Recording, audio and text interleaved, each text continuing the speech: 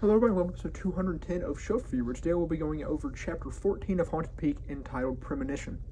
So this chapter starts off with us seeing as Miko looks at his phone at school and he's like, oh, it's about to rain. And he's thinking about Ebihara up on the mountain. He's like, oh, those boards will probably swell and warp, so I need to go tell Ebihara that's going to rain, in case he doesn't know, since he doesn't have a cell phone.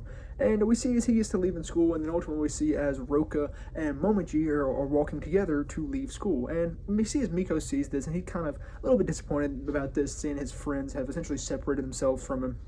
And so he gets to run ahead and takes down his umbrella, and he's like, y'all walk too slow, and heads off. And then we see as Momiji has a snarky remark about, like, what does he have to show off for? And Roka's like, bro, maybe he's just in a rush to get somewhere.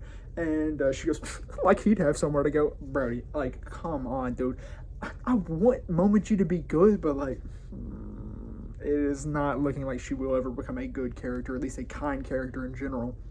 But yeah, then we see as Roka tells her, yo, just quit worrying about Miko. It's not your problem. And then she's like, yeah, think what you want, but don't tell me what to do. And she says, you don't know how scared I am.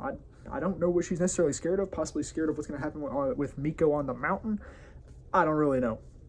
But yeah, so then we get a brief glimpse of Makita, the kind of wild girl of the school who praises Momiji. So I don't know why we get that panel as well. But then we see as on his way home, Miko notices Mayu. Mayu's sitting in her car around the area that his house is in, and he walks by and he's like, oh, yo, hey Mayu, what's up? And she goes, oh my goodness, you're soaking wet. Did you lose your umbrella or something? And he's like, nah, I just headed home pretty quickly.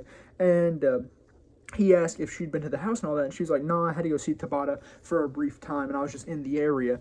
And so she then offers him a ride home, and he's like, nah, I'm close anyways. And we get a panel where he looks like, I don't know if it's necessarily Miko's point of view, but like we get a massive panel of Mayu's chest for some reason. I don't know why that was. That was another very odd selection by Ryo here.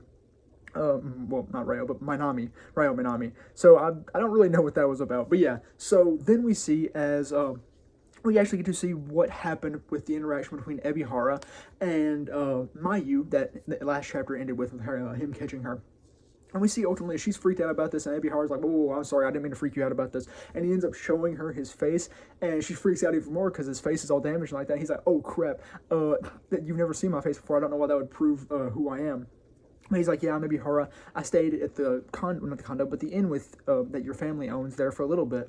So we then see as they kind of have a little bit more of an interaction, and Mayu ultimately ends up revealing why she's there. And she's like, Ebihara, I was walking around the area, and are you living in your car? And he was like, yeah, I'm living in my car at the moment. And we also see before this, she'd mentioned, Miko had told me about how you'd bought the mountain and all of that. And he's like, yeah, I did.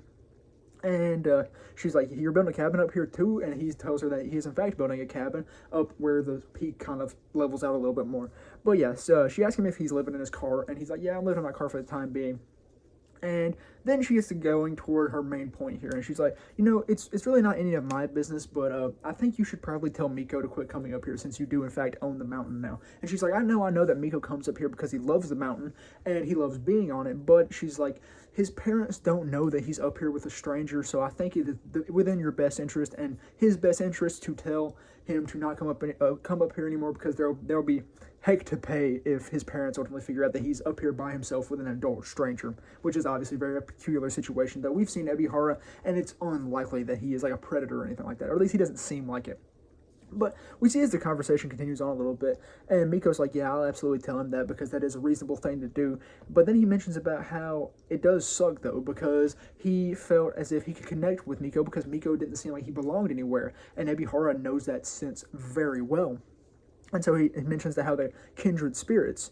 And we then see, as we get a panel of Mayu kind of looking up into the sky, and she's like, well, she doesn't say this, but Ebihara says, yeah, well, I don't know, I can't remember exactly who said this little speech bubble, but we see the speech bubble of it, yeah, that would be pretty cool, or something along the lines of that. So we see, presumably so, that Mayu has a similar sense of, I guess, being a vagabond, not really belonging to any place, and highly desiring to find someone you belong with, or somewhere you belong.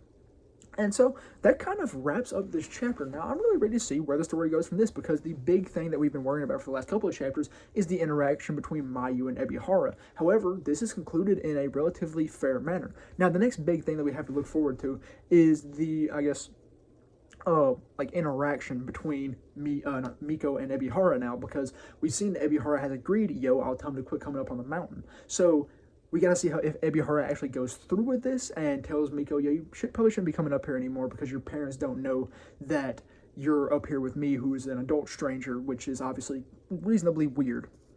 But we could see this, or we could see Ebihara reveal his true colors and not tell Miko, and Ebihara probably get deemed as a predator. So I'm really ready to see where this goes. I really, really do not want Ebihara to be a predator, because I do really enjoy the character of Ebihara. I love learning about his backstory. He's just a cool guy, so I don't really want him to be a predator. But if he is, that would be a very good twist, because the author has shaped Ebihara into this very lovable character. So to see them, we'll see Ebihara ultimately swapped up in such a way, would be very shocking and essentially shattering to the character of Ebihara. So I'm really ready to see how he handles this whenever Miko ultimately does come back up on the mountain, because we know at the moment, at least after, because Mayu and Miko met up after this interaction happened, since it was a flashback in Mayu's mind. It wasn't necessarily a flashback, but it was just a showing this event that had happened prior to Miko and Mayu meeting. So we know that Miko is headed up there right now. So this is right on Ebihara's mind, so he will not be forgetting it. So we got to see if he is going to tell Miko, yo, don't come up here anymore, or not going to tell him anything that happened in Chapter 15. So I cannot wait for when that comes out. I believe probably next week. I don't think there's a break week this week. So yeah, that's all there really was for Chapter 14 of Haunted Peak, entitled Premonition. And that's all I really have for episode 210 of Shelf Review. So thank you very much for watching.